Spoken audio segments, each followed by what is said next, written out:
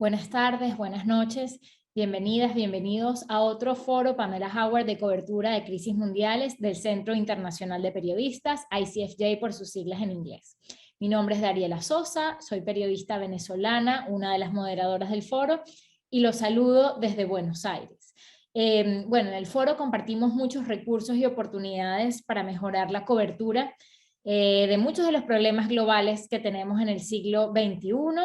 Les recuerdo que pueden suscribirse a nuestro grupo de Facebook o al boletín que enviamos todas las semanas con los recursos y oportunidades en el link que mi compañera Desiree Esquivel está poniendo en el chat. También les recuerdo que si tienen algún contenido destacado, algún artículo que hayan escrito utilizando alguno de los insumos de estos webinarios, pueden enviarlo y pueden participar por un incentivo económico de $250 si ese artículo está relacionado y tiene fuentes que están relacionadas con estos temas que nosotros tocamos y abordamos, así que también pueden consultar más información en el chat.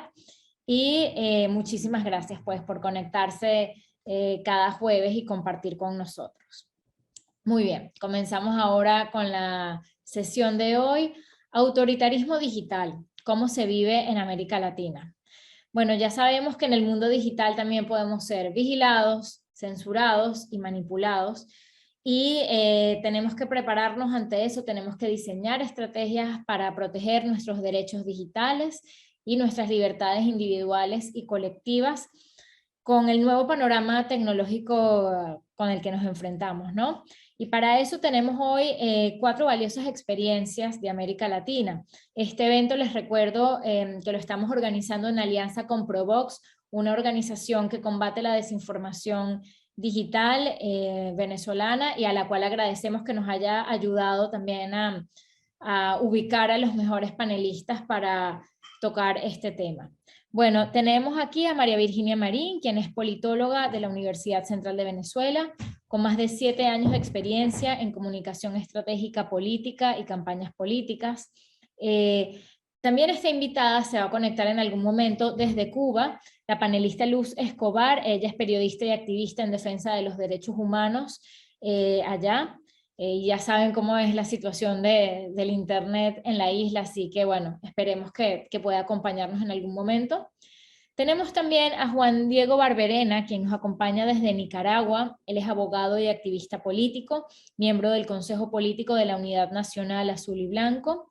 Y finalmente a José Luis Benítez, del Salvador, quien es periodista y académico, es gerente de proyectos de CAPIR, el consorcio para apoyar el periodismo independiente en la región, y también va a estar acompañándonos hoy. Así que ya ven que tenemos una buena mezcla de periodistas, activistas, politólogos para entender mejor este fenómeno tan complejo del autoritarismo digital. Ahora, bueno, vamos a comenzar teniendo un resumen para entender un poco el contexto de cada uno de los países que estamos mencionando. Estos países no tienen los mismos niveles de autoritarismo. Hay sitios que tienen una democracia más erosionada desde hace más tiempo y otro menos, pero de todas estas prácticas podemos aprender, no solamente para las personas que viven en estos países, sino también todos en la región, ver cómo podemos cubrir mejor, de una manera más inteligente y más exhaustiva, esta crisis tan compleja. Así que vamos a empezar con María Virginia Marín, quien nos acompaña y nos va a dar un poco el panorama de la situación de Venezuela en 2022 con respecto al Internet y a los bloqueos digitales.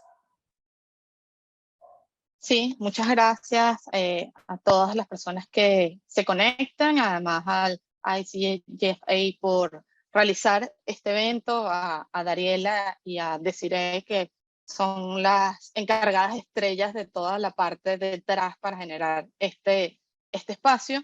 Efectivamente, nosotros somos un observatorio que analiza la información en redes sociales de Cuba, Nicaragua y especialmente de la actividad de redes sociales en Venezuela, precisamente por la censura que existe en los medios tradicionales que ha generado que las redes sociales se han convertido en la principal fuente de información para informarse, pero también en el principal espacio para la organización social, para la denuncia ciudadana, para la documentación y también la visibilización de las violaciones a los derechos humanos que no pueden ser denunciadas o transmitidas a través de los medios tradicionales que, como mencioné anteriormente, ya han sido censurados.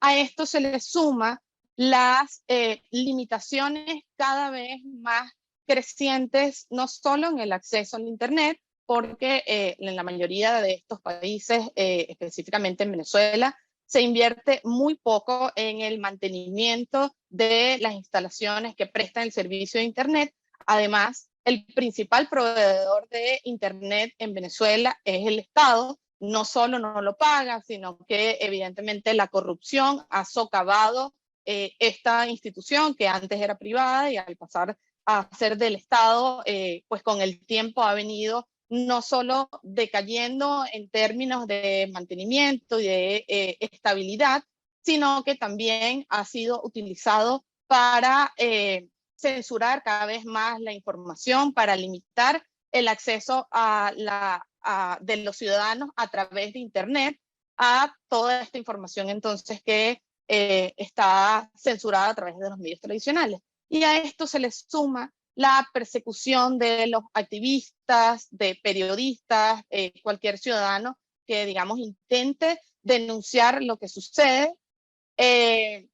Además, existe la limitación de los bloqueos a las páginas web. Según IPIS, en el 2020 se registraron al menos 262 evidencias de censura en Internet.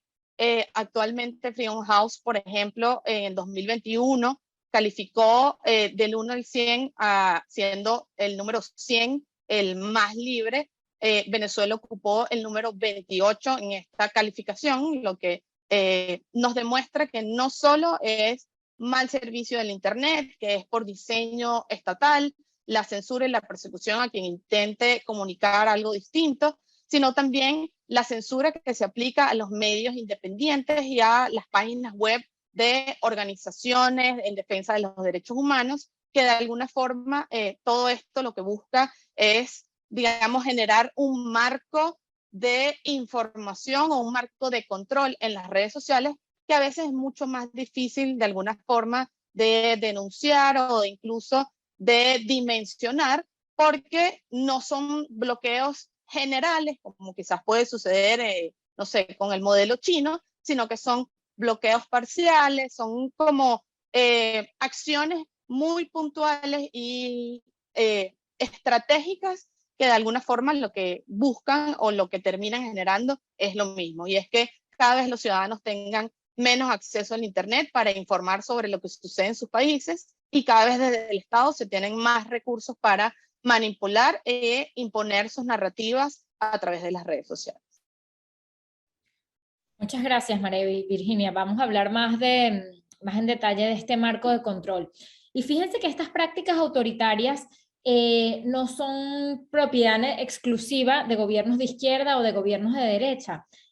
Con un panorama político bastante diferente, José Luis Benítez nos va a dar el resumen de lo que está ocurriendo en el Internet de los salvadoreños en este momento. Gracias por la invitación a este foro. Bueno, sin duda es bastante difícil en pocos minutos hacer como una síntesis de lo que ha sucedido o está aconteciendo en El Salvador en los últimos años. Yo creo que en el caso de El Salvador se puede hablar de alguna manera de una convergencia de un nuevo estilo de gobierno, ¿verdad? El caso de Nayib Bukele, que toma posesión en el año 2019, estamos hablando un poco más de 3 años, y cómo este gobierno de Bukele está acompañado de un proceso creciente de autoritarismo. El autoritarismo que significa esto, pues obviamente similar a los otros países que están aquí en este foro, ha ido progresivamente dándose. Quizás en el caso de El Salvador lo que llama la atención de muchos análisis es la rapidez con la que se ha dado. Bukele ganó la presidencia después de 2 partidos que se, digamos, dividieron el poder entre izquierda y derecha, Arena en la derecha, FMLN en la izquierda, y él se presentó como una persona que venía afuera y que va a combatir la corrupción, una persona que es hábil manejando las redes sociales, como ustedes sabrán, seguramente él es muy conocido en Twitter, tiene una presencia muy fuerte en Facebook también, es una persona que viene de las relaciones públicas, entonces su estrategia, yo creo, de lo que han llamado, me parece muy bien, varios análisis, es que es un populista autoritario, ¿no? Es decir, es con un lado, con una mano, dicen algunos, va por lo autoritario y con la otra mano va con el populismo, dando dinero a la gente, dando alguna comida, dando ahora con el Bitcoin $30 a los que se bajara en la aplicación para adoptar el Bitcoin, etcétera.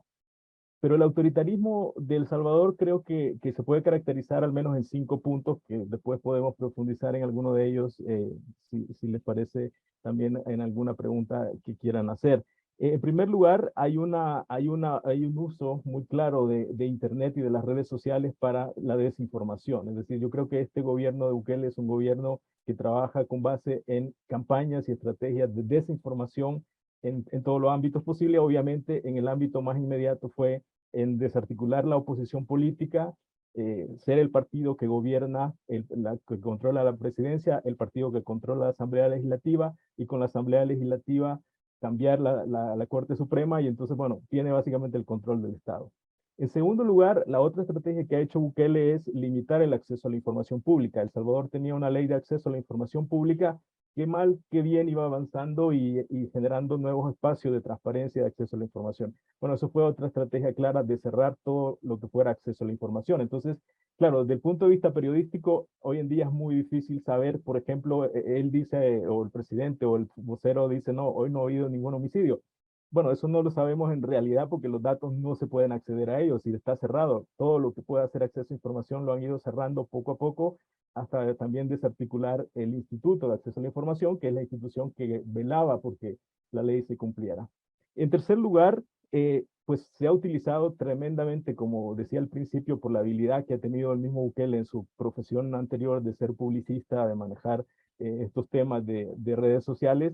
Bueno, ha sido utilizar las redes y, digamos, los mismos medios también que tiene el Estado, más otros que han sido confiscados en casos de corrupción o de personas como el expresidente Antonio Saca, que está en la cárcel y que era dueño de varias radios en El Salvador, que hoy las controla una institución pública. Entonces, todos estos medios son parte de una campaña de estrategia, diríamos, publicitaria muy fuerte de promover unas narrativas que han ido calando muy fuerte en la opinión pública. Y como ustedes habrán escuchado, él siempre dice que es el mejor presidente, el más evaluado, el mejor evaluado en todo el mundo, pero buena parte de todo eso tiene que ver con una estrategia muy fuerte y de mucha inversión en propaganda, y obviamente redes sociales ha sido su fuerte, Facebook y Twitter fundamentalmente, además de YouTube, que lo utilizan con muchas personas que apoyan a Bukele y son, digamos, como hábiles en manejar esa parte. En cuarto lugar, yo creo que ha habido muy claramente en los últimos años, en estos 3 años y en los últimos meses, una cantidad importante de ciberataques, sobre todo a periodistas, a defensores de derechos humanos y a los partidos de oposición, que como decía, pues han quedado en una cosa muy pequeña. Pero quiero centrarme brevemente que el ciberataque, curiosamente, lo están dirigiendo más hacia las mujeres periodistas, en contra de las mujeres periodistas. Y lo que buscan es generar, pues, autocensura, generar temor y generar, incluso hay algunos casos de algunas de estas periodistas que han sido víctimas del mismo Bukele o de los funcionarios cercanos a Bukele, que luego digamos, las personas que lo apoyan siguen toda esta campaña en las redes sociales. Algunas de ellas han salido del país por temor y por amenazas ya más fuertes. Y por último, un punto que quiero mencionar brevemente es el tema del espionaje, ¿verdad? Que ya lo mencionaba Mariví. Bueno, ese quizás un poco más nuevo en la experiencia de El Salvador. No teníamos nosotros en este contexto ya de Internet, digamos, en la guerra sí tuvimos otro contexto, ¿verdad? De vigilancia y de espionaje, pero no cibernético como hoy en día. Y bueno, ahí está el caso de Pegasus, que seguramente todos ustedes han escuchado, ¿verdad? Que se ha descubierto el uso de Pegasus en al menos 35 teléfonos de periodistas de diferentes medios, sobre todo medios independientes, que publican las cosas que Bukele no quiere que se sepa, ¿verdad? Los temas de corrupción, tema de violaciones de derechos humanos, tema de negociaciones secretas con las pandillas, tema de también, digamos, lo que se está pues en este momento, o sea, ya digamos, poniendo más claro que el Bitcoin ha sido un fracaso, porque pues se suponía que iba a ser como la maravilla y El Salvador iba a ser como algo extraordinario, y bueno, pues vemos que eso ha sido un fracaso, y esas cosas como no le gusta al gobierno que se digan, entonces eso es algo que se ha logrado también de alguna manera, yo creo, generar temor. Y últimamente hay ya notas de personas civiles o ciudadanos que son tuiteros, por ejemplo, y que los están capturando incluso con leyes tan obsoletas y tan absurdas como el desacato, ¿verdad? Es decir, que es alguien que ha puesto, por ejemplo, hoy en día está alguien preso porque supuestamente ha ofendido al presidente. Entonces, bueno, estamos ya llegando a unos niveles que pues son similares quizás a lo que algunos de sus países han vivido. Y bueno, me quedo aquí en esta introducción. Muchas gracias, José Luis. Vamos a darle seguimiento a varios de esos temas. Seguimos con Juan Diego Barberena para que nos cuente la situación en Nicaragua. Sé que hacer una síntesis es inmensamente complicado, pero les agradecemos el esfuerzo a cada uno de los colegas porque nos ayuda a entender lo que pasa en cada país y luego encontrar patrones comunes y bueno, y ver qué podemos hacer como región.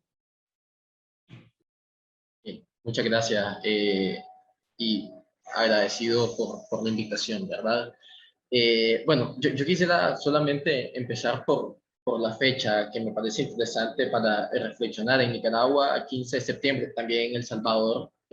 Bueno, estamos conmemorando el 201 aniversario de la independencia de Centroamérica de la colonia española, que da traste a unas posteriores reflexiones de qué tanto hemos avanzado, ¿no? De ese proceso de emancipación, ¿verdad? Eso es una cosa, y lo otro que también me parece muy importante reflexionar es que el 15 de septiembre, que por lo general no sabemos, es el día del Día Internacional de la Democracia. La democracia que en efecto está en peligro en nuestros países, o no existe, en el caso de mi país, en Nicaragua, en el caso de Venezuela también no existe ningún atisbo democrático, pero además de eso, bueno, tenemos casos similares con respecto al tipo de liderazgo autoritario, ¿no? Es decir, el caso de Venezuela de hace muchos años con Chávez, el caso ahora mismo de El Salvador, son líderes singulares que surgen como antisistemas, ¿no? A las opciones políticas partidarias tradicionales que estaban ejerciendo el poder. En nuestro caso, en Nicaragua, tenemos a un líder que tiene más de 43 años de estar en la palestra política en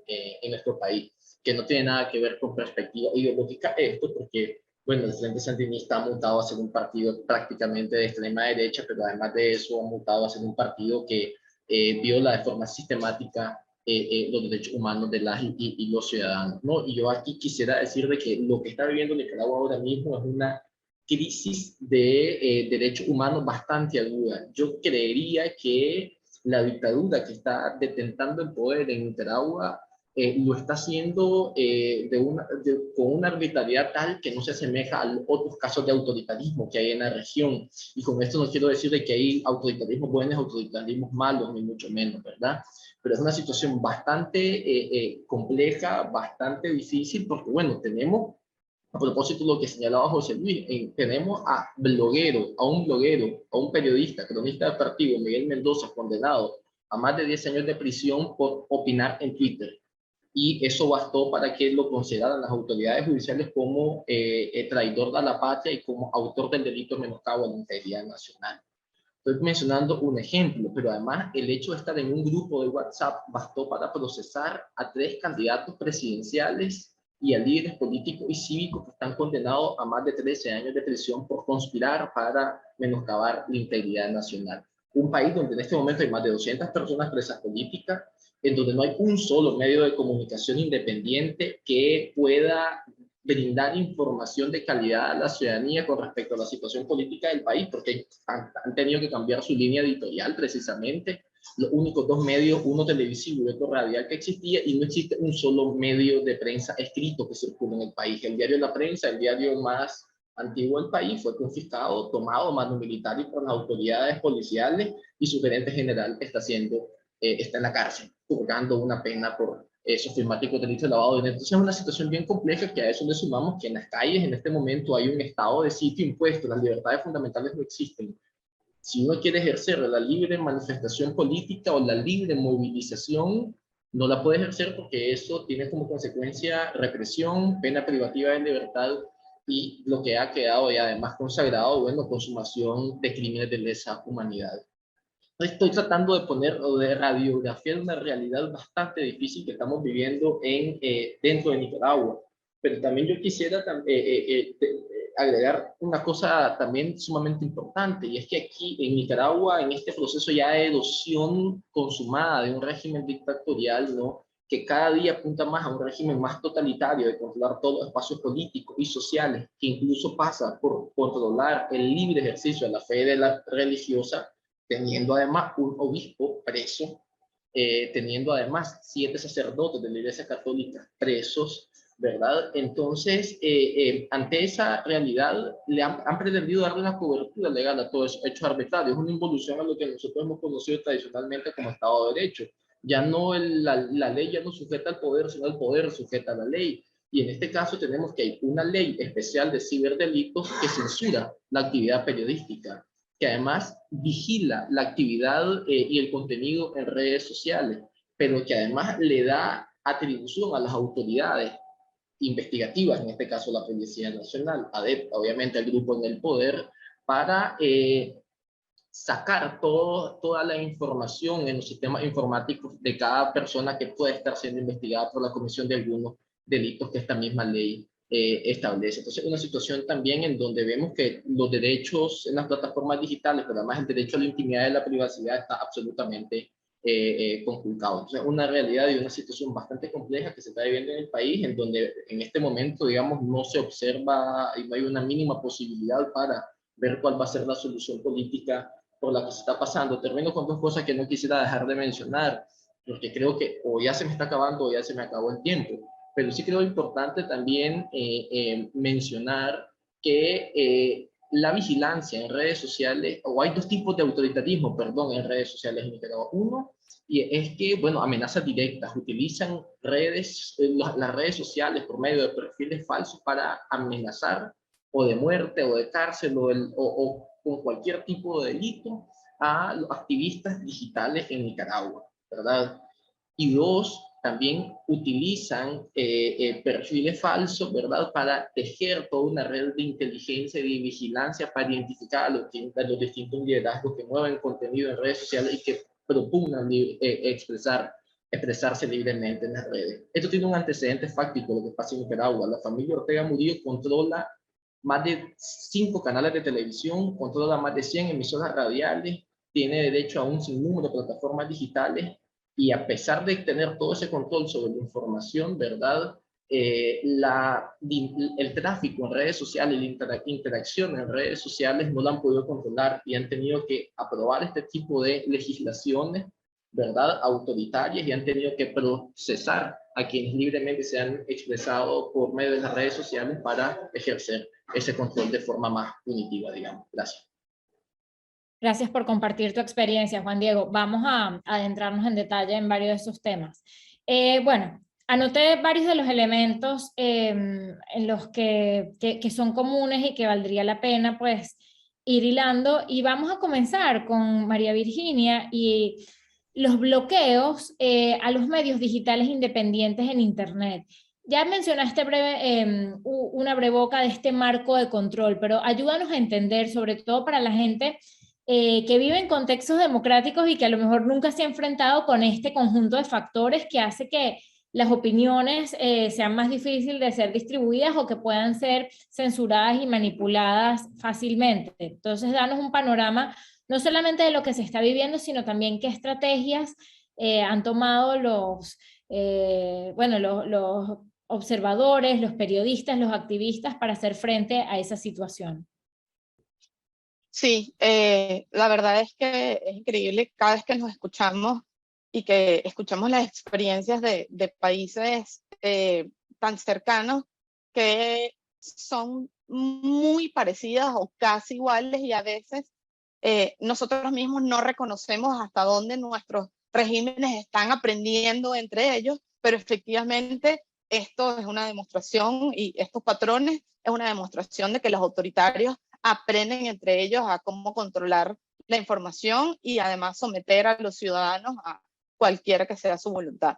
En En Venezuela, como comentaba, entonces existe como este patrón de censura en medios tradicionales, y una cosa muy importante, que además lo mencionaba Juan Diego, es que muchas veces la actividad en redes sociales o el activismo en redes sociales se presume como algo libre, como si regularmente uno puede ir al internet, sobre todo en los países democráticos. Bueno, yo voy a internet para ver algo que vi en las noticias o para validar algo que vi en las noticias o viceversa. En nuestros países no funciona así. Las redes sociales, con todo lo contaminadas y manipuladas que están, siguen siendo la principal fuente de información. En el caso venezolano, a esto se le suman 6,8 millones de refugiados que están fuera de nuestras fronteras, es decir, aproximadamente 7 millones de personas que se informan sobre lo que sucede en el país a través de las redes sociales. Y es por esto que estos regímenes tienen operaciones muy claras, no solo de control de la información, sino que me pareció importantísimo lo último que mencionó Juan Diego, que es que cuando no pueden controlarlas, entonces utilizan otro tipo de estrategias. Manipulan las tendencias para dar una percepción de normalidad en el país, digamos, de bienestar, que es completamente contraria a la denunciada por los ciudadanos, y que por todos los recursos que tiene el Estado a su favor, terminan siendo mucho más masivas estas tendencias y mucho más constantes, evidentemente, que las posicionadas por los ciudadanos, que cada vez tienen menos recursos para acceder al Internet, que tienen que estar decidiendo en qué utilizan sus datos, si lo utilizan para hablar con su familiar que está afuera y tienen, no sé, 5 años sin ver, o si lo utilizo para meterme en Twitter y ver qué está diciendo, no sé, la oposición hoy, o qué está pasando con la invasión de Rusia en Ucrania. Entonces, es importantísimo entender que estos regímenes tienen tanto interés en la conversación de las redes sociales, porque esta forma parte importantísima de la construcción de la opinión pública, no solo nacional, sino internacional, porque la comunidad internacional, digamos, alguna forma también de informarse y de entender qué pasa en nuestros países, utiliza las redes sociales. Y si no entendemos hasta dónde pueden llegar la manipulación de las redes sociales por parte de estos regímenes, entonces podemos incluso ser parte nosotros de la cadena desinformativa y podemos estar siendo eco de información falsa incluso sin saberlo. Por eso también es importantísimo la educación por parte de los ciudadanos, pero también de todos aquellos que forman parte de la toma de decisiones, que los actores políticos, sociales, etcétera, denuncien estas operaciones y control de la información, entendiendo que es el único espacio hoy que nos queda en los países con contextos autoritarios para la denuncia y la organización social, y que cada vez existen más iniciativas, como por ejemplo la ley de ciberdelitos que ya existe en Nicaragua, la copió un poco más recientemente el gobierno cubano después de las protestas masivas del año 2021 en Cuba. Entiendo que en El Salvador también existe una ley bastante similar, y en Venezuela todavía no se ha aprobado. Existen leyes similares que terminan emitiendo esta misma censura y persecución a periodistas, activistas y disidencia en general en redes sociales, pero ya hay también un proyecto de ley que se está, todavía no ha pasado debate, pero que se está formulando por la Asamblea Nacional del régimen de Maduro, precisamente para dar este carácter penal a las opiniones emitidas no solo de forma pública, sino también de forma privada, violando el derecho a la privacidad de los usuarios, los derechos humanos de los activistas, etc. Entonces es bastante grave y lamentable, pero también nos demuestra que estos regímenes van aprendiendo entre sí, y es importantísimo que nosotros de alguna forma también a través de estos espacios aprendamos la forma de evadir la censura, o quizás entendamos de contextos como el nicaragüense, que quizás en algún sentido es el peor, aunque todos, digamos, no hay posibilidad de comparación porque todos tenemos problemas muy distintos, pero que aprendamos quizás lo que ya vivió Nicaragua, lo podamos aprender en Venezuela o en El Salvador, que del activismo social en Cuba también. Es un poco esto la idea en general. Sí, parte de estos encuentros es justamente mostrar que el autoritarismo, que lamentablemente está creciendo en el mundo, tiene estas prácticas comunes, y así como los autoritarios colaboran mejor, Los demócratas también podemos y debemos colaborar más ágilmente, compartiendo buenas prácticas, compartiendo buenas formas de articulación y de defensa de estas libertades, ¿no? Vamos ahora con José Luis y el tema del ciberacoso. Hablaste de varios casos de acoso a mujeres periodistas en El Salvador y me gustaría que nos contaras con más detalle qué es lo que está pasando y a partir de qué se originó esta campaña. Sí, bueno, hay varios informes y reportes periodísticos que han documentado esto que podríamos decir es un componente, ¿verdad? De esta estrategia del modelo de Bukele, que comparto lo que decía también Mariví, decir, yo creo que hay un manual, ¿verdad? Como dicen las películas, un manual del dictador que lo van copiando y lo van adaptando. Y bueno, también nosotros en El Salvador sabemos que hay asesores venezolanos, que también ha sido una cosa que reveló el Faro, por ejemplo, y que molestó mucho a Bukele porque al final pues no quería que se reconociera que tiene asesores, no solo venezolanos, tiene asesores de otros países seguramente, pero el punto es que este elemento de ataque hacia la mujer me parece a mí que es una manera de alguna forma, digamos, de canalizar. Por un lado, yo creo que nos refleja cómo es un autoritarismo machista, evidentemente, ¿no? Es decir, en primer lugar, es un autoritarismo de un modelo que se propone, y ustedes saben que, bueno, Bukele dice que él es el dictador más cool del mundo, y lo pone como una versión de alguien que supuestamente es una persona moderna o un millennial que está con otro pensamiento. Pero bueno, lo que vemos en las acciones del gobierno de El Salvador y de Bukele, que está mencionado directamente, hace pocos días la red de defensoras de derechos humanos en El Salvador justo publicó un estudio sobre este tema, Dariela, y era interesante porque decía el estudio que en los casos denunciados de mujeres periodistas o defensoras de derechos humanos que han sido víctimas de estos acosos, en un porcentaje importante ha sido el mismo Bukele el que ha generado esta cadena, ¿verdad? De generar comentarios, burlarse de algo de la persona o de la periodista en cuestión, y luego se genera una línea o una cadena de los troles y de los que son pues fanáticos de Bukele que atacan a todo el que quiera ofender la imagen de él como presidente. Entonces, me parece a mí que el acoso hacia las mujeres tiene por un lado una expresión de machismo. En segundo lugar, obviamente está dirigido y ha sido dirigido hacia periodistas claves en cuanto a su papel como opinadoras o como generadoras de opinión pública, ¿verdad? Es decir, por ejemplo, hay el caso famoso de Mariana Belloso, que es una periodista que fue la primera, que fue quizás de las víctimas cuando Bukele justo empezó en su gobierno. Y en ese caso fue digamos, una cosa de manipulación del mismo Bukele, que hizo un comentario a un tuit que ella había puesto que no fue cierto, es decir, que descontextualizó el tweet y luego se vino, como dicen algunos, la jauría de fanáticos a atacarla y atacarla y atacarla. Y así hay varios casos, ¿verdad? Entonces, lo que hay que poner en atención, me parece a mí, es que por un lado se está usando estas mujeres, en estos casos, estas periodistas sobre todo, como una especie de chivo expiatorio también, de decir, bueno, miren lo que le puede pasar si ustedes se meten contra nosotros. En segundo lugar, pues vemos ya las consecuencias, es decir, hay varios casos de periodistas que han salido del país o que han dejado el periodismo porque ellas mismas dicen, y hay algunos testimonios en los mismos medios que se han publicado, que ya no pueden sostener porque ya no solamente es un tema individual, sino que lo llevan al nivel de la familia, ¿verdad? Y entonces, bueno, ya no solamente te están atacando a ti, sino que te atacan a tu familia y entonces, bueno, cualquier persona dice, bueno, ok, una cosa es que se metan conmigo, otra cosa es con mi familia, y entonces esto ha generado muchas situaciones, pues, digamos, que han tenido que dejar el periodismo o autocensura, ¿verdad?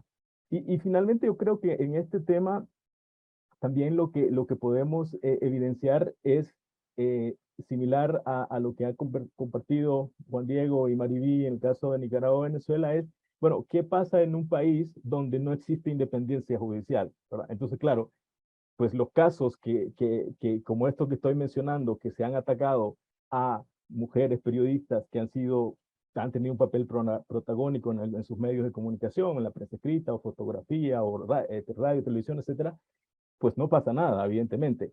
Mientras que si hay un comentario negativo hacia una diputada, por ejemplo, del oficialismo o una funcionaria, entonces, claro, ahí ya ahora, además del fiscal, lo ha puesto Bukele, entonces, claro, bueno, y los jueces de la Corte Suprema que han interpretado ahora la ley, pues los ha puesto Bukele, entonces, bueno, ¿qué independencia puede existir? Entonces yo creo que eso nos está revelando, como digo, el elemento del machismo, el elemento de poner a mujeres como una especie de chivos expiatorios, ahora también están poniendo a tuiteros, como mencioné anteriormente, y yo sí creo que obviamente la estrategia fundamental de esto no es solamente una cosa de molestar, ¿verdad? Es una cosa estratégica de poder, es decir, yo creo que es una cuestión, como lo vemos en El Salvador, ya Bukele dice que quiere reelegirse, ya la Corte dijo que sí se puede reelegir, que es una Corte que él puso, y obviamente lo que se quiere es perpetuarse en el poder, además, pues sin control de nadie, ¿verdad? Nadie puede controlarlo porque todo lo controla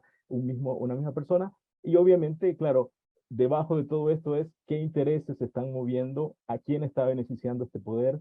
Hay muchos elementos que se han denunciado en los medios de comunicación de corrupción, de tráfico de influencia, etcétera. Entonces, bueno, esto obviamente, digamos que la parte de la violación de los derechos digitales, como estamos hablando en este tema, no es solamente un elemento, digamos, ahí en el aire, sino que está conectado con una estrategia de poder y de perpetuarse en el poder, contrario a unos principios democráticos de vigencia de derechos, de alternancia y sobre todo de libertad de expresión, que como bien decía Juan Diego, bueno, la libertad de expresión hoy en día no se entiende solamente la interacción cara a cara, sino también los espacios digitales son fundamentales como ejercicio de libertad de expresión y que se están violentando en nuestros países.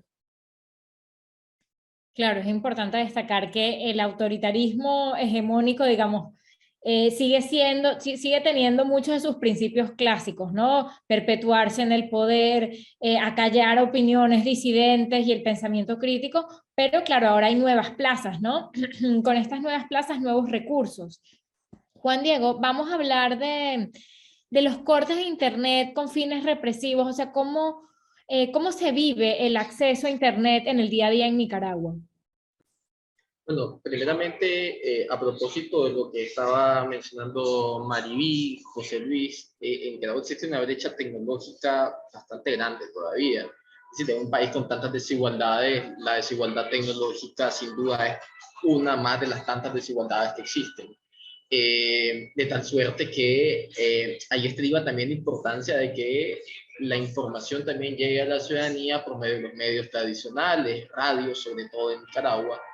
Estoy hablando acá en los márgenes de la sociedad, en los márgenes del Estado en nuestro país, ¿no? Donde la gente se informaba por medio de la radio o también la televisión, ¿no? En ese sentido, es realmente la gente que vive en las áreas urbanas, ¿no? Y no tanto en áreas rurales, la que todavía se puede informar por medio de redes sociales y puede interactuar por medio de las redes sociales. Es una cuestión sumamente importante, ¿no? Porque además, quien tiene acceso a un smartphone, y no hablemos acá de un teléfono inteligente de calidad, ¿verdad?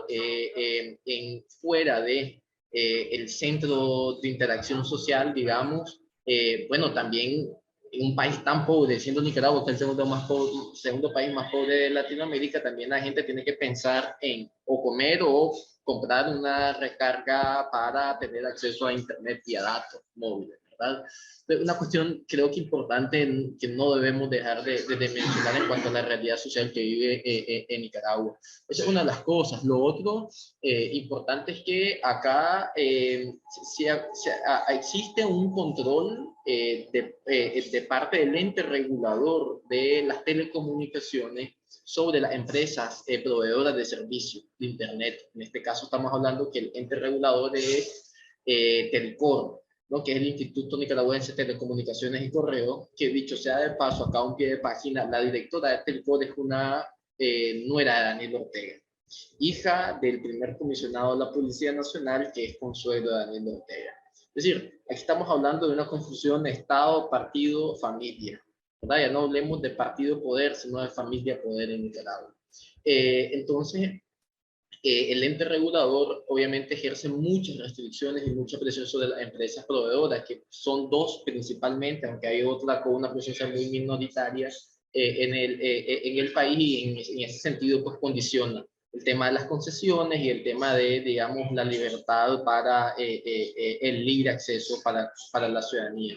Es una de las cosas importantes. Y lo otro es, no tanto hemos vivido cortes de Internet en Nicaragua, pero sí vigilancia, porque aquí hay un aspecto, hay un elemento importante, parte de esta forma muy populista de detentar el poder. El régimen de Ortega Murillo había o ha puesto acceso a Wi-Fi en los parques, acceso libre. Entonces eso ha sido un mecanismo también para vigilar cuál es la movilidad de la gente por medio de las redes sociales.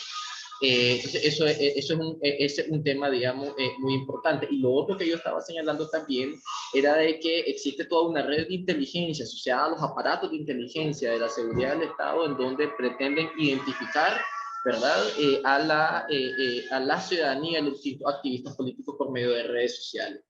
Acá hay otro tema importante también, es, bueno, cómo el régimen del poder, con todos los recursos que tiene del Estado, pretende copar todos los espacios de interacción en las plataformas digitales y en las redes sociales. No sé si ustedes se dieron cuenta, pero a finales del año pasado, un poco antes de las últimas elecciones no hablemos de elecciones, las últimas votaciones, ¿verdad? Facebook clausuró una serie de cuentas de bots asociados al grupo en el poder. Pero lo interesante de esto es que arrojó que esta gente ha gastado más de $10 millones, ¿verdad?, para generar contenido en redes sociales y para sobreponer ese contenido a lo que los activistas y la ciudadanía en general trafica en redes sociales, ¿no? Es decir, $10 millones, estamos hablando que es una gran cantidad de dinero que sale del presupuesto general de la República para satisfacer las pretensiones de poder. Entonces, digamos, aquí lo que ya vemos que hay una transición, ¿no?, de controlar los medios tradicionales, ¿verdad? Y de alguna manera ya lo hicieron, ¿no? Porque no hay un solo medio que informe en televisión abierta, en radio, que informe lo que está sucediendo en el país. Y dos, que ahora controlan por medio de una gran cantidad de recursos económicos qué es lo que debe moverse en las redes sociales, ¿no? Sobreponer además por medio de las tendencias las comparecencias de Daniel Ortega en detrimento de lo que los grupos opositores están de alguna manera pretendiendo mover en redes sociales. Yo voy a poner un ejemplo rápidamente. Hace 2 semanas, después de más de 360 días, fueron presentadas todas las personas presas políticas que están en aislamiento penitenciario. Muchos de ellos de un estado físico bastante deplorable, ¿no? Pero esto fue utilizado en redes sociales por parte de los adeptos al grupo Ortega Murillo, ¿verdad?, para reflejar de que, bueno, primero estaban cumpliendo con la ley y segundo, estas personas están en un buen estado físico, nada más alejado de la verdad, ¿no?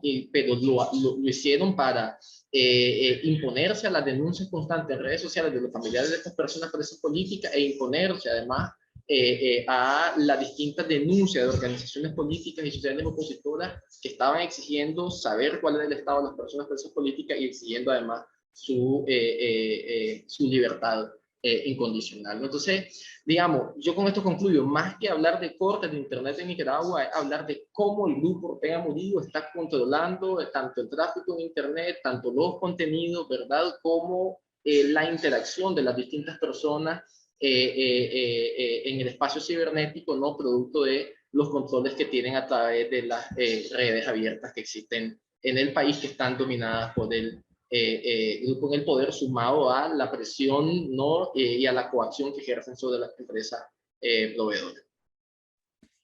Es interesante que todos ustedes han mencionado en algún momento de sus intervenciones el tema de la desigualdad, ¿no? Ya sea desigualdad tecnológica o la diferencia entre lo urbano y lo rural, que bueno, que también hace a veces más difícil identificar las prácticas autoritarias, porque bueno, si una persona no puede acceder a Internet porque no tiene plata para comprar el plan de Internet que por ejemplo pasa mucho en Cuba, donde es un plan carísimo y que bueno, la gente tiene que decidir entre comer o conectarse. Y es una forma también de hacer que la gente no se informe, pero es mucho más difícil a veces de documentar y de mapear, ¿no? De conectar los puntos. Entonces, quería preguntarles, a la hora de, sobre todo, explicar la dinámica de estos regímenes autoritarios a personas que viven en países con democracias, que funcionan con códigos y reglas diferentes. Todos vivimos en 2022, pero es como si una gente, algunos viviéramos en el siglo XIX y otros en el siglo XXI, ¿no? Es difícil para la gente que solo ha crecido en democracia entender que con votaciones no se pueden resolver muchos de los problemas de nuestro país, ¿no? Porque es que las instituciones no existen, pero dicen, ah, bueno, pero mira, si hay un centro electoral, pero no, o sea, entonces, tal parece que el tema de la desigualdad es uno de esos elementos que complejiza el relato de lo que está sucediendo en nuestros países y quería que me hablaran un poco más de eso y si quieren también, sobre todo desde el enfoque digital, ¿no? Por ejemplo, gente que le pagan, porque puede haber bots, pero en esos 10 millones de dólares que mencionaba Juan Diego, puede haber también gente que le pagan para tuitear y son personas reales, pero que, claro, que tienen que están coaccionadas o que están en una situación de pobreza y deciden asumir esta militancia falsa, ¿no? Pero que al final, ¿cómo haces para desterrarla del discurso digital? Entonces, bueno, vamos a ahondar un poco en eso. Comenzamos con Maribí. Sí, esa desigualdad que vemos en el acceso a recursos, también nosotros la hemos podido documentar en términos de posicionamiento de mensajes y de tendencias. En Venezuela es el régimen quien genera la mayor cantidad de tendencias y de tweets en la conversación sociopolítica. De nuevo, esto no es casualidad, a ellos les interesa muchísimo imponer su visión en las redes sociales para de alguna forma ocultar también lo denunciado por los ciudadanos. Aquí es muy importante mencionar que la desinformación no busca que que tú creas en una verdad, sino que no creas en ninguna. Y es gran parte de lo que pasa en nuestros contextos. Estos regímenes, al no poder controlar la información que encuentran en Internet, entonces lo que hacen es contaminar toda la conversación. Y en el caso venezolano, igual que pasa en el cubano y en el nicaragüense, probablemente también pasa con El Salvador, pero muy puntualmente en el venezolano se utilizan no solo organismos del Estado como el Ministerio de Comunicación e Información, que es el principal promotor de la propaganda del Estado, sino que también existen otros actores vinculados al régimen venezolano que generan desinformación en redes sociales, que atacan a líderes de la oposición, atacan también y difaman actores de la sociedad civil, generan estas tendencias de propaganda falsa que de alguna manera venden una realidad muy distinta a la denunciada por los ciudadanos, de alguna forma intentando manipular precisamente la percepción sobre hechos reales. Nosotros hacemos un ejercicio en Provox que lo llamamos realidad versus ficción, que busca precisamente esto, qué es lo que es noticia y qué es lo que se termina siendo tendencia, porque muchas veces pasa por esta competencia desigual, por el posicionamiento de tendencias, que las noticias y la información denunciada por los ciudadanos nunca alcanza a ser tendencia. Y no quiere decir que no sea real y que no exista, pero digamos, tiene un camino un poco más complicado, tiene un camino cuesta arriba para el posicionamiento de mensajes, sumado a todo lo que hablamos de bloqueo de páginas web, de censura, de falta de recursos y además tener que definir en qué utilizas en tus datos. Y lo más importante de todo esto es que el oficialismo venezolano tiene un porcentaje muy alto de su contenido generado a través de cuentas falsas, automatizadas o con comportamiento inauténtico. Y hay una diferencia entre ese tipo de cuentas. Existe por un lado lo que son los bots, que son cuentas automatizadas, programadas para realizar una tarea específica en Internet. Esto no quiere decir que todos los bots sean malos, sino que quien es malo, digamos, es la persona que está detrás y que programa ese bot para hacer una acción A o una acción B. También son muy utilizados para cosas positivas. En la pandemia se utilizó mucho para el levantamiento de datos, etcétera. Pero lo más grave de todo esto son precisamente estas personas que son financiadas con recursos del Estado para generar información falsa en las redes sociales. Y el problema aquí está en que las redes sociales, las plataformas de social media, tienen una tarea muy difícil al momento de identificar este tipo de comportamiento, porque no son cuentas falsas, son cuentas reales de personas que están siendo financiadas para posicionar narrativas X o Y. Pero para la inteligencia artificial, que es el principal, digamos, mecanismo de las plataformas para identificar spam, desinformación, digamos, también información generada por cuentas automatizadas, es muy difícil a la hora de identificar estas cuentas porque, de nuevo, son reales. El problema aquí está en que no solo le están violando nuestros derechos digitales, nuestro acceso a la información con este tipo de prácticas, sino que también es muy difícil el posicionamiento de mensajes y limitan la conversación regular en redes sociales, pero además de esto, las plataformas de social media privadas tienen muy pocos o casi ningunos desarrollos para estudiar el lenguaje en español. La mayoría de las iniciativas que se crean de Facebook, de Twitter, de Instagram, para estudiar la desinformación, el contenido de odio, etcétera, es para el lenguaje en inglés. Y eso deja, digamos, expuesto y mucho más vulnerable a países como Latinoamérica o a regiones como Latinoamérica, pero también en otros contextos muy complicados como pueden ser los países de Medio Oriente, los países de África, donde parece una locura, pero tiene muchas similitudes también lo que pasa en países de África con el control de la información en los países latinoamericanos. Y esto nos demuestra entonces que los autoritarios no solo aprenden de sus pares, digamos, en la región y se pasan este manual del dictador del que hablaba José Luis, sino que probablemente el manual del dictador tiene un carácter internacional, casi global, del cual de alguna forma ellos van aprendiendo a cómo bloquear el Internet y cada vez existen menos medidas o acciones que puedan combatir este tipo de operaciones en las redes sociales. Desigualdad, populismo y mundo digital. ¿Qué nos dice José Luis en El Salvador? Bueno, sin duda el tema de la desigualdad, igualmente, digamos, el Internet, no creo yo que en El Salvador podamos decir que ya toda la población tiene Internet, ¿verdad? Hay una brecha digital muy importante, sobre todo en las comunidades más rurales o más marginales, más alejadas de las ciudades. También existe en mis investigaciones que he hecho anteriormente en otros temas de migración, hay una brecha digital también entre dijéramos, los salvadoreños que viven en El Salvador y los salvadoreños que viven en la diáspora, que nosotros tenemos cerca de 3 millones de salvadoreños viviendo sobre todo en Estados Unidos. Y esas diferencias también se han expresado en este tema famoso del Bitcoin, ¿verdad? Porque es decir, la adopción del Bitcoin como una adopción como moneda, pues eso pues, no es en sí mismo un problema si fuese de otra forma y no como una ley impuesta como lo hicieron, que la discutieron como en menos de una hora y la aprobaron y además todo lo que Bukele dijo sobre la ley lo dijo en inglés. Y claro, entonces, bueno, es decir, esto tiene que ver con desigualdades de acceso a tecnologías, de acceso a información, como decía Mariví, de acceso también a recursos.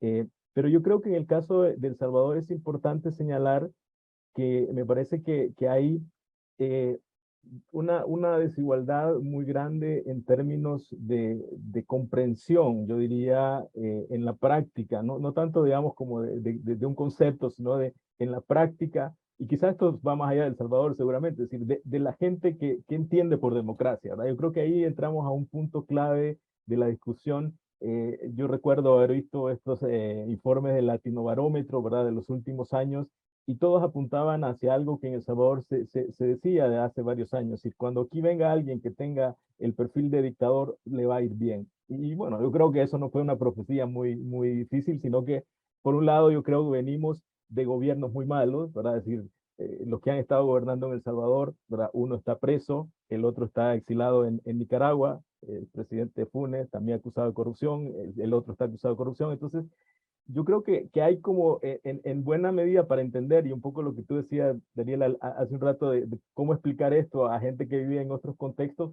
Bueno, también es cierto que los contextos políticos en los que vienen nuestros países, es decir, hemos tenido políticos muy malos y políticos muy corruptos. Y entonces, claro, la gente asocia democracia con estos políticos y entonces dice, bueno, no, mejor que pues tener a alguien como probablemente, y esa es parte, yo creo, parte de mi explicación que doy para la popularidad que tiene Bukele, es como decir, bueno, los anteriores no han sido mejores y este, pues bueno, algo supuestamente está haciendo porque lo vende muy bien, ¿verdad? Yo creo que eso es muy hábil su publicidad y yo creo que, como dicen algunos, bueno, ¿qué hacía Bukele antes de ser presidente? Bueno, vendía moto, ¿verdad? El dueño de Yamaha y bueno, como dicen, no vende bien la moto.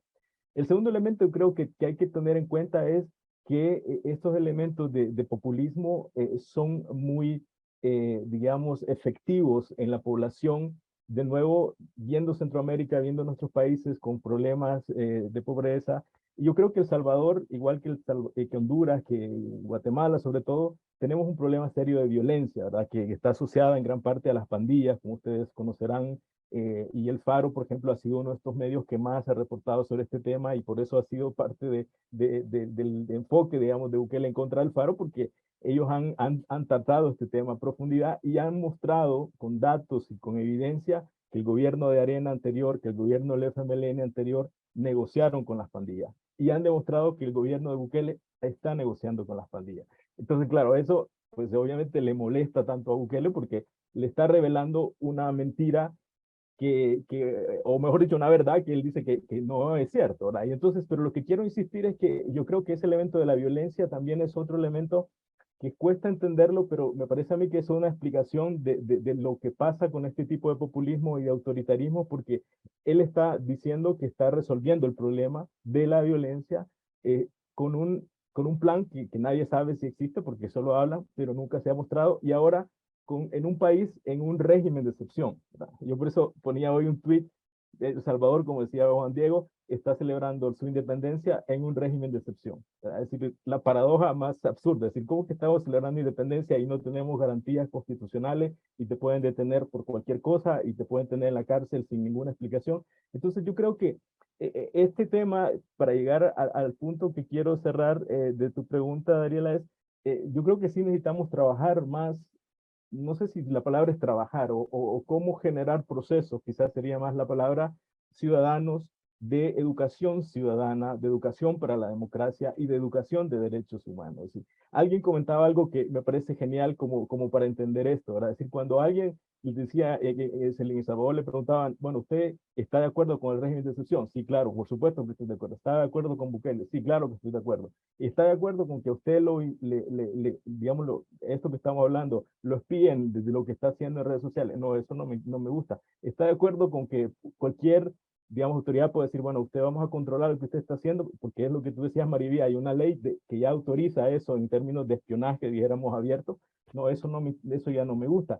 Entonces yo creo que hay muchas personas que incluso no se dan cuenta cuando estamos hablando de derechos digitales y ya les explicas en detalle, estos son los elementos digitales que te están violentando, entonces dice, ah, no, bueno, así ya la cosa cambia.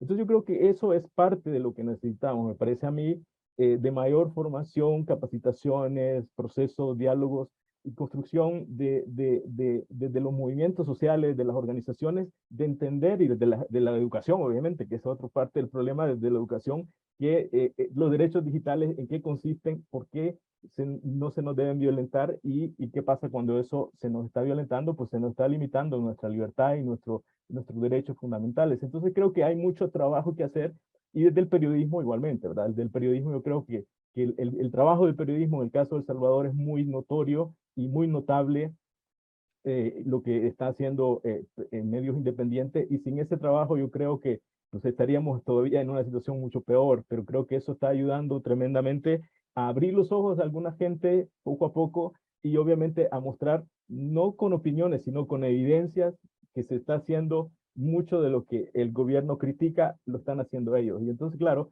eso nos muestra que evidentemente lo que hay ahí es un populismo bastante débil en un sentido de coherencia, y por otro lado, pues de preocupación hacia dónde va el país, porque digamos, El Salvador, los enfoques económicos y los análisis económicos nos están diciendo que no va para ningún lado positivo, y entonces, bueno, esto también es probablemente algo que en el futuro cercano va a tener que impactar en la opinión de la ciudadanía, como pasa en muchos países, cuando ya la situación económica pues se pone difícil, y entonces la gente reacciona a las burbujas políticas que se han creado.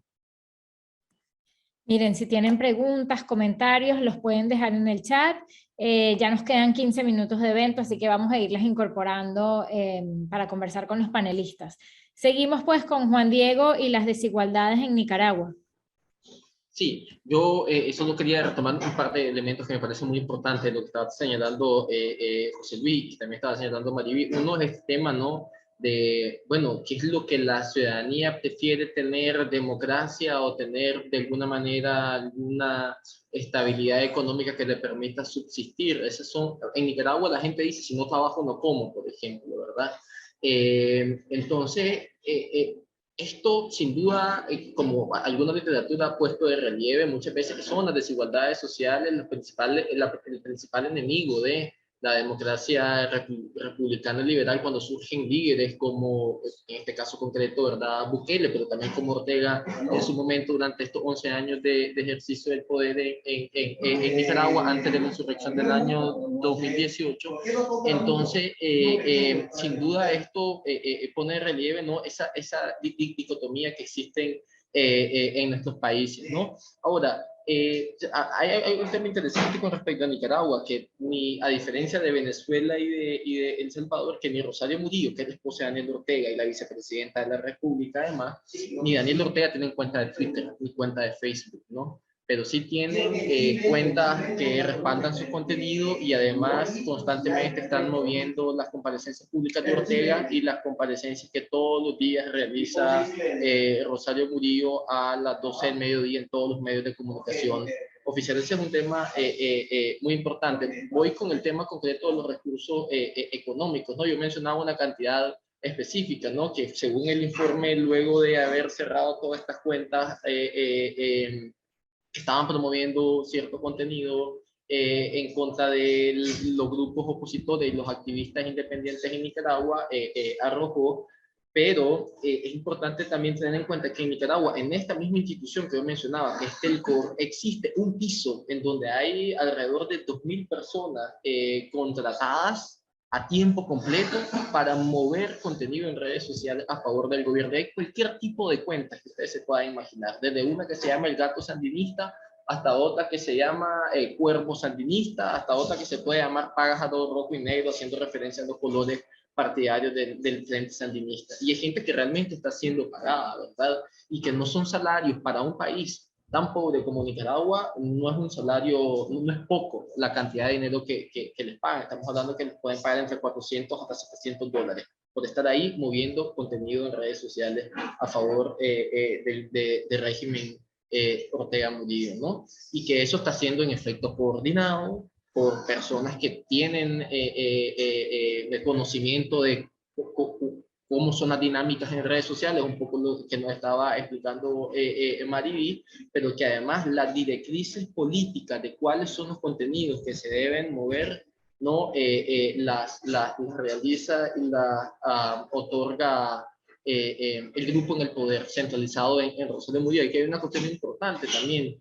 Ellos lo maquillan esto como una lucha política ideológica en redes sociales, cuando realmente no hay ninguna disputa política ni ideológica. Lo que pretenden es imponer una narrativa oficial sofismática que no existe en el país. Y la narrativa oficial es que la gente quiere paz, que el país quiere progresar, que en el país se respetan las leyes, que en el país se debe, que en Nicaragua sobrepone el respeto a su soberanía nacional, y que lo que existe aquí con respecto a los grupos opositores es una conspiración imperial, ¿no? Algo que nadie cree. Y voy a retomar algo importante que también señalaba Mariví con respecto a la desinformación, que no es imponer lo que ellos informan, ¿no?, sino que la gente que no haya credibilidad al tráfico de información. Que hay un elemento importante a propósito de eso. hay muchos jóvenes que no necesariamente están involucrados en colectivos de defensa de derechos humanos o de distinto tipo de activismo, ¿no? Que desconocen lo que el fondo de la situación sociopolítica que vive Nicaragua.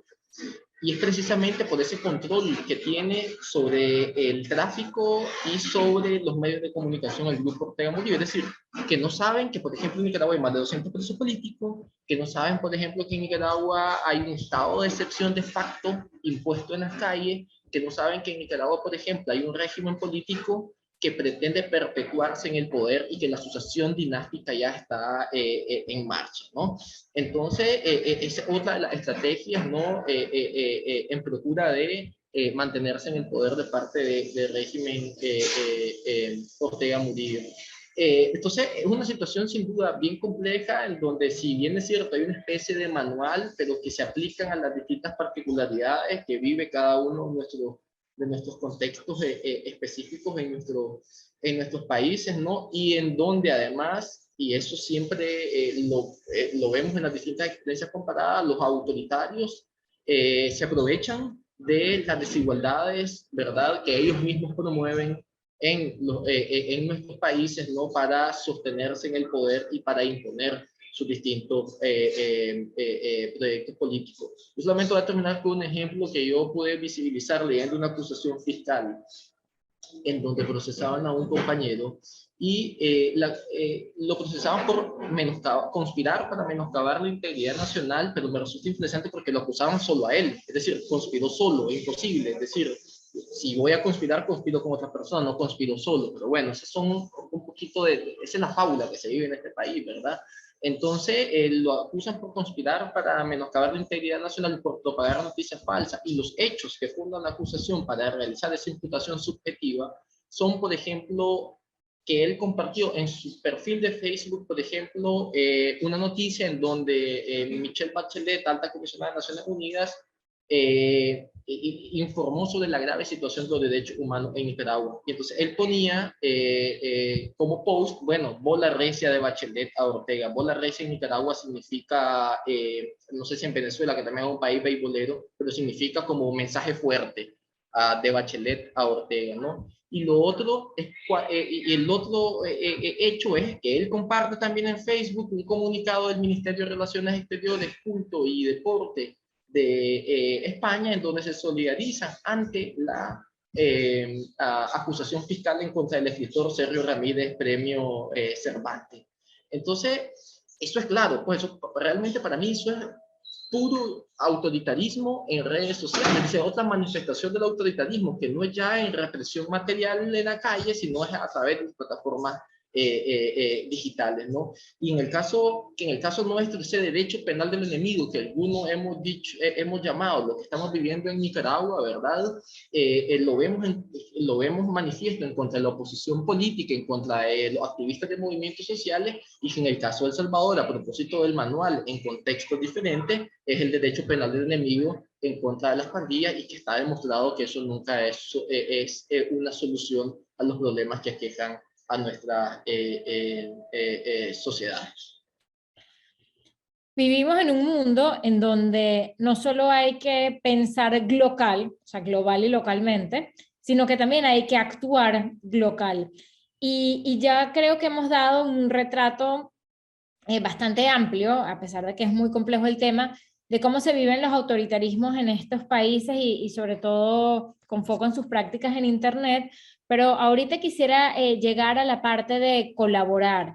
¿Cómo colaboramos más inteligentemente los que queremos defender la democracia en pleno siglo XXI, los que queremos defender los derechos digitales de todos los que estamos vivos en este momento, y más allá de un Estado-nación? Porque lo que ocurre es que a veces dentro de una frontera específica hay un tablero en donde, en el caso de varios de estos países, sobre todo en el caso de Venezuela, de Nicaragua y de Cuba, que además tienen muchísimos más años en esto, la teoría de cambio no se ve clara, y la represión, pues mientras más años pasan, hay más gente que nunca ha tenido acceso a la educación para la democracia, a entender que pueden tener derechos humanos y que está bien que se puedan defender. Entonces, ¿cómo colaboramos mejor entre todas las personas que quieren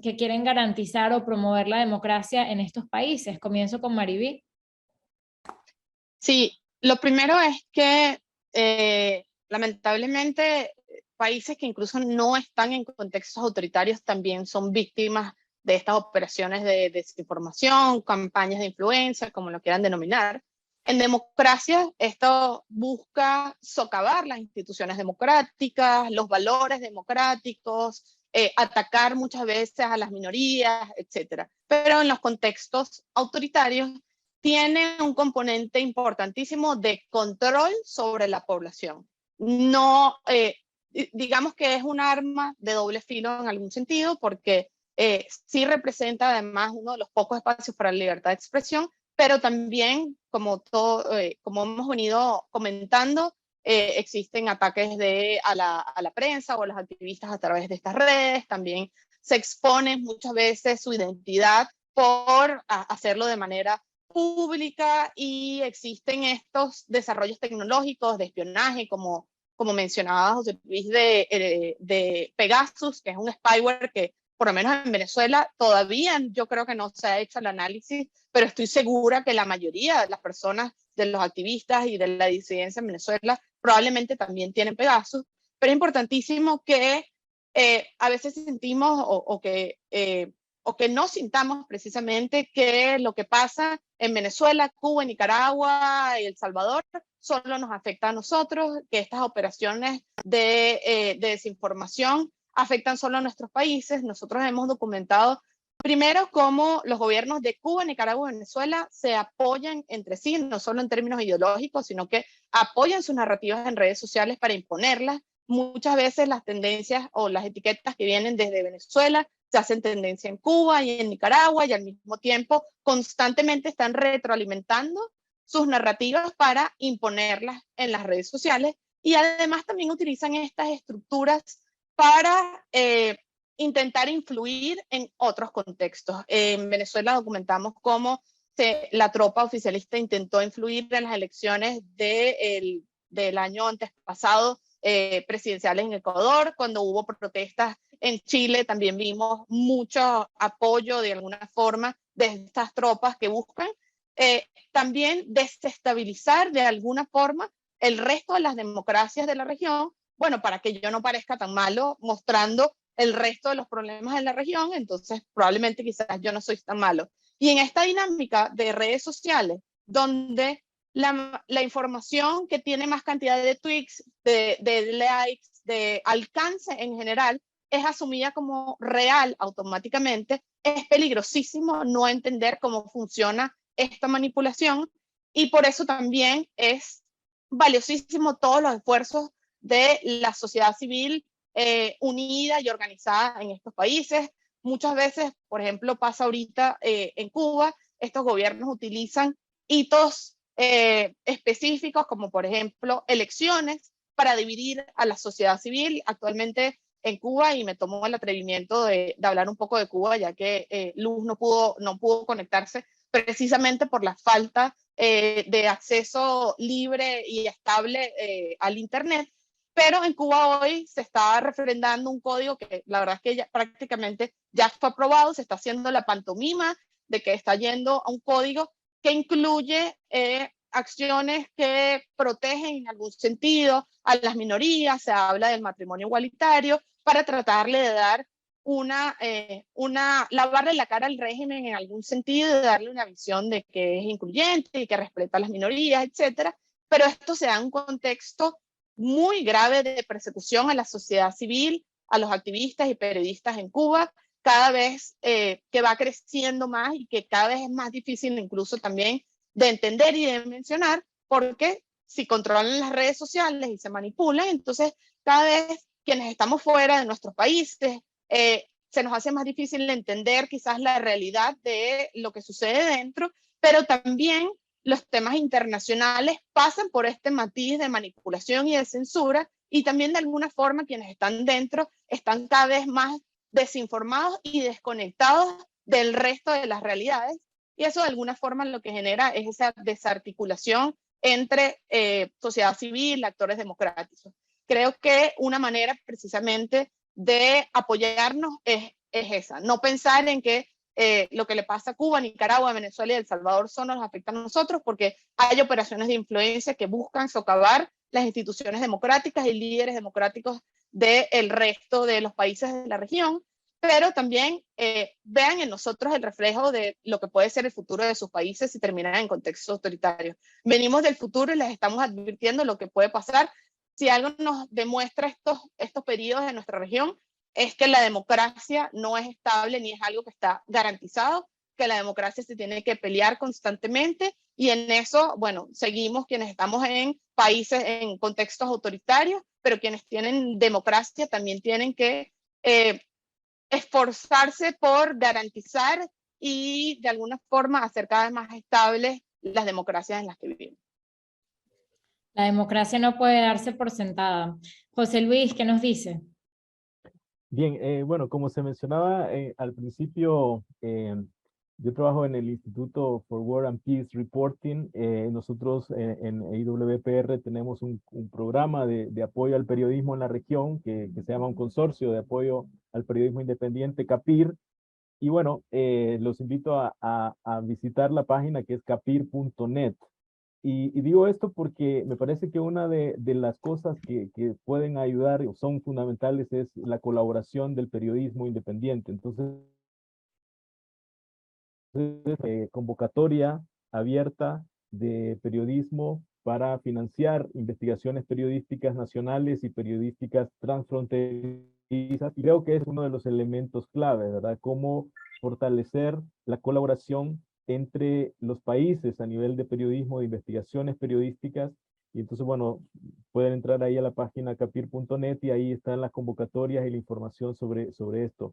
Entonces creo que ese es un elemento clave, ¿no? El periodismo que ayuda a desvelar elementos no solamente a nivel nacional, sino también comparativo, como decía Mariví y Juan Diego, decir que son elementos que necesitamos trabajar del periodismo y revelar a la ciudadanía. En segundo lugar, yo creo que igualmente hace falta más investigación aplicada para desvelar este tipo de elementos que nos ayudan a entender la complejidad de este proceso y lo dañino que es, ¿verdad? Es decir, como decía Mariví, venimos del futuro. Bueno, rápidamente una anécdota, o sea, yo hace un par de años viví por 3 años en Uganda, en África, y ahí el presidente tiene 36 años en poder. Y ahí, bueno, el acceso a Internet es una cosa bastante, bueno, hay un impuesto aparte solo para las redes sociales, pero yo creo que eso nos revela cuando un autoritarismo se impone, es muy difícil quitarlo. Y claro, esto es uno de los temas más serios, yo creo, de esto que estamos hablando. Es decir, que estos procesos, si la ciudadanía no pone atención y se moviliza, pues esto no es nada positivo, ¿verdad? Yo creo que al final del tema no se trata de ser aquí tampoco anarquista y decir que, bueno, cualquier gobierno es malo, sino creo que se trata de realmente, y como lo decía Juan Diego en este video de la democracia, entender lo fundamental y lo vital que es la democracia y entenderlo en el día a día, en la vida cotidiana, y cómo desde la vida cotidiana, desde nuestras acciones profesionales, de nuestras acciones comunitarias, de nuestras acciones de sociedad civil, se puede hacer mucho más para generar procesos de cambio que como decía Dariela, pues son difíciles, ¿verdad? Pero evidentemente lo peor que puede pasar es la pasividad y la no acción. Yo creo que eso no lo podemos dejar de mencionar.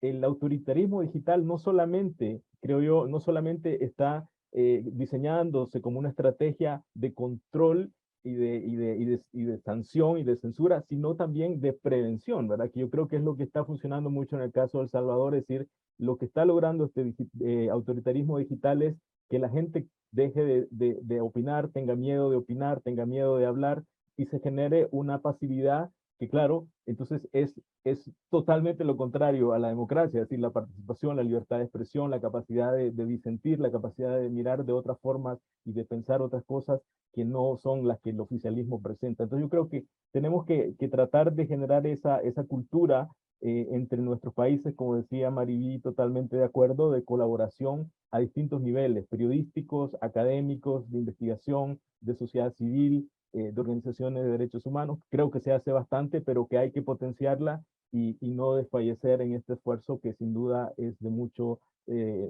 requiere mucho trabajo todavía. Juan Diego, ¿cómo colaboramos los que estamos afuera para apoyar a los colegas en Nicaragua? Bueno, yo creo principalmente, bueno, que es importante difundir el contenido que en redes sociales se mueve sobre la situación que hay en el país. Es decir, en Nicaragua hay personalidades que tienen muchísimos seguidores en Twitter y en distintas plataformas de redes sociales, ¿no? Y que constantemente denuncian arbitrariedades del grupo en el poder. Eso creo que es algo, una situación muy importante o un elemento de mucha ayuda. Lo otro que creo es que también puede haber una colaboración, es decir, el contacto organizativo a efecto de conocer cuáles son las dinámicas de uno y otro país, a efecto de que sepamos tendencialmente si esa dinámica no se ha aplicado en nuestros países, ¿no? En nuestro país respectivo, pero sí de alguna manera estar preparados para cómo combatir esos embates, yo creo que es importante, ¿no? Es decir, no necesariamente saber que en Venezuela, por ejemplo, hay cortes constantes de Internet, pero creo que es importante que los compañeros y compañeras en Venezuela compartan con los compañeros en Nicaragua, por ejemplo, qué es lo que ellos hacen cuando hay cortes de Internet, para que tendencialmente, si eso sucede en Nicaragua, estemos medianamente preparados para combatirlo. Eso creo que es una de las cuestiones más importantes, ¿no? Creo que también es sumamente importante promover todos los contenidos, por muy pocos, que salen de Nicaragua, porque muchas veces tanto las entrevistas como el contenido que se publica en redes sociales, precisamente como señalaba José Luis, porque la gente lo que tiene es temor de hacer posts de denuncia en sus redes y en sus perfiles, es de gente que está fuera del país, ¿no? Es decir, que en principio está fuera del margen de control de los aparatos de inteligencia. Sin embargo, creo que también es importante compartir la denuncia que sale de Nicaragua con respecto a la grave situación que se está viviendo, ¿no? Eso creo que otro elemento es sumamente importante. Y no olvidar, ¿no?, que en Nicaragua hay más de 200 personas presas políticas, que hay periodistas presos y hay personas presas por expresarse en redes sociales, que hay personas presas solamente por aspirar a optar a un cargo de elección popular, y que además de eso todos los medios de comunicación independientes están clausurados, están confiscados, han sido tomados mano militar y por las fuerzas represivas del Estado, y ahí lo que existe ahora son instituciones del Estado. Y que el periodismo como tal, es decir, la capacidad de que los periodistas y las periodistas puedan reportear en las calles ya no es posible. Por ejemplo, el diario La Prensa hizo público, que se mantiene por su plataforma digital, hizo público que todos sus periodistas están bajo resguardo fuera del país. Porque, bueno, también ha habido una escalada represiva en contra del diario La Prensa. Además de su gerente general preso, 2 conductores de este medio de comunicación están presos y están bajo investigación por 90 días, ¿no? Porque además en Nicaragua hay una ley que establece detención judicial por 90 días mientras se investiga. Entonces es un reflejo del proceso penal inquisitivo en donde primero se detiene para investigar y no se investiga para detener, que sí debería realizarse en un estado de derecho en donde se sobrepongan las garantías del investigado al poder punitivo. Eso. Y lo otro que yo creo que también es importante es, bueno, siempre tener la convicción en la colaboración en nuestras distintas experiencias de que estos regímenes van a llegar a su final. Mencionaba el ejemplo de Uganda, José Luis. En Nicaragua, por ejemplo, vivimos con la dictadura somocista más de 40 años en el poder, con el somocismo ejerciendo el poder en este país, y en donde en principio también habían ciertas libertades y ciertos eventos que se estaban realizando a propósito de la manipulación de la realidad. Hace poco vino este famoso grupo que se llama Costa Azul a Nicaragua, llegó a Nicaragua este grupo y habían más de 400.000 personas en ese concierto. El orteguismo retomó esa actividad para imponer que en Nicaragua hay paz, que en Nicaragua hay vigencia de derechos y que en Nicaragua hay una realidad social contraria a lo que se denuncia, ¿no? Pero lo interesante es que en este país, hasta en el somocismo, habían ciertas actividades que el mismo somocismo utilizaba para imponer su propia realidad. Por ejemplo, en 1972, en Nicaragua se realizó el Mundial de Béisbol, o los Rolling Stones vinieron durante la dictadura somocista, ¿no? Entonces, digamos, también creo que utilizan ciertos eventos públicos para tratar de imponer su narrativa por medio de las distintas facilidades de comunicación. Yo creo que también la convicción de que estos regímenes van a llegar a su final es importante tenerla presente. Ahora mismo en Nicaragua lo que estamos es en un proceso de impasse, un proceso más de, digamos, de reflujo producto de la represión tan brutal que hay en el país. Por eso no quiere decir de que la dictadura se ha impuesto, que la dictadura a largo plazo se va a imponer y en Nicaragua vamos a vivir un régimen similar al somocismo, ¿no? Hay una amplia mayoría del pueblo nicaragüense que se opone al grupo en el poder, pero la pregunta clave está, bueno, ¿cómo esa mayoría se capitaliza para que realmente el grupo en el poder pueda salir de él y podamos realmente reinstaurar una transición, encauzar el país, perdón, a una transición a la democracia en donde haya sobre todas las cosas un proceso de justicia sin impunidad, algo que realmente es complejo de un país como Nicaragua, en donde la historia se resume de dictaduras, revoluciones, contrarrevoluciones, golpes de Estado y guerras y una cultura de impunidad. Bueno, ya estamos sobre el tiempo. De todas formas, Nancy Preto nos pregunta por el chat y les pide una respuesta muy breve a modo de cierre cada uno. ¿Qué tipo de estrategias debe implementar un periodista para salvaguardar su bienestar físico en regímenes autoritarios? No es lo mismo ser periodista en una democracia que en un régimen autoritario. ¿Qué nos dice Mariví?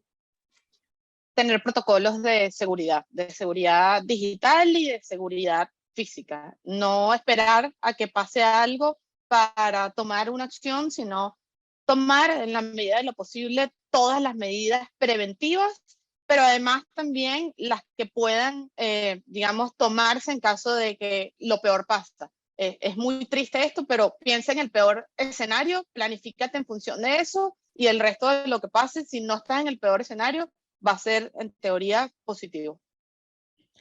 Muy bien, muchas gracias. ¿Qué nos dice José Luis? Bueno, creo que es importante y fundamental más bien la solidaridad a nivel del periodismo para enfrentar todos estos temas. Hay muchos aspectos que se pueden ya, diríamos, sistematizar de experiencias. En el sitio que les mencionaba de capir.net hay 2 recursos que se los recomiendo a los periodistas que están aquí, a cualquier otro que esté interesado. Hay varios cursos, 12 cursos que son de acceso libre sobre estos temas de seguridad digital, de situaciones de acoso en internet, etcétera, los pueden tomar y son de 2-3 horas. Y también hay un directorio que es muy interesante, que está ahí como un recurso, digamos, que ustedes pueden tener de a qué organizaciones acceder o buscar apoyo en alguna situación. Entonces ahí en este sitio de capir.net está ese directorio de manera digital con una descripción de cada una de las organizaciones, qué tipo de ayuda se pueden pedir para situaciones de agresiones, de acoso y de amenazas a periodistas, así que se los recomiendo. Muy bien, les recuerdo que también hicimos justamente hace 2 semanas un curso de ciberseguridad para periodistas. Pueden verlo en la biblioteca de videos de IJNet, la Red Internacional de Periodistas, en donde están todos estos webinars. Pueden consultar también esa biblioteca para, si quieren hacer, por ejemplo, un artículo en donde usen algo de este webinar como fuente o de alguno de los otros que hemos hecho, y no se olviden que tienen esa oportunidad también de participar en el concurso del contenido destacado del mes. Veo además con alegría que Evelyn Chacón, la periodista que ganó más recientemente, está aquí acompañándonos en el webinar hoy. Por favor, no dejen de escribir de estos temas si les parece importante. Y ya para cerrar entonces, Juan Diego, claro, tú no eres periodista, pero como activista, ¿cómo te proteges, ¿no? Y cómo proteges a tu familia y a tus seres queridos. Bueno, directamente no quisiera decir cuáles son mis medidas de protección, ¿no? Pero sí creo yo que es importante, en efecto, distintos protocolos de seguridad, es decir, tanto físico al momento de salir, que para eso se requiere formación, es decir, no nos lo inventamos. Yo creo que en eso la colaboración de distintas organizaciones de la sociedad civil es supremamente importante. Y lo otro es, bueno, tener también medidas de seguridad digital al momento de utilizar nuestros dispositivos electrónicos. Creo que, digamos, eso es sumamente importante y a efecto del tema de la información, yo creo que la clave también está en salvaguardar las fuentes y mantener las fuentes y realizar la actividad casi en clandestinidad, en contextos tan absolutamente represivos como el nicaragüense, ¿verdad?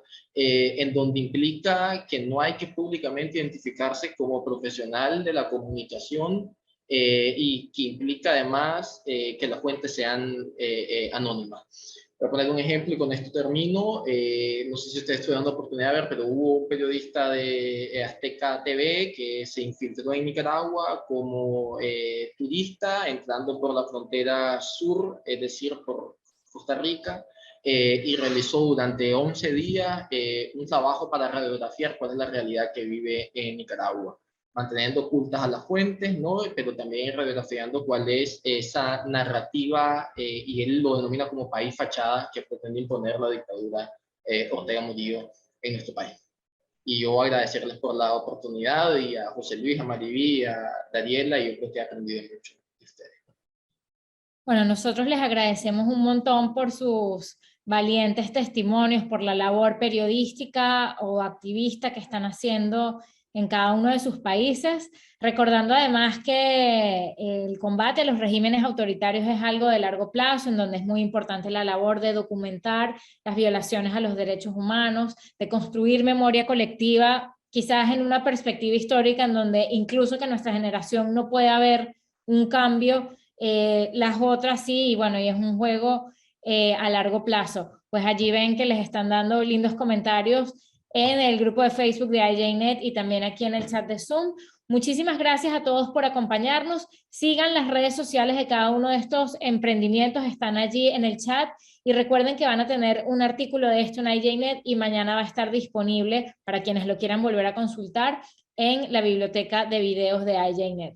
Feliz tarde, feliz noche y muchísimas gracias a todos por acompañarnos. A ustedes, un gusto. Ahora. Gracias, hasta luego.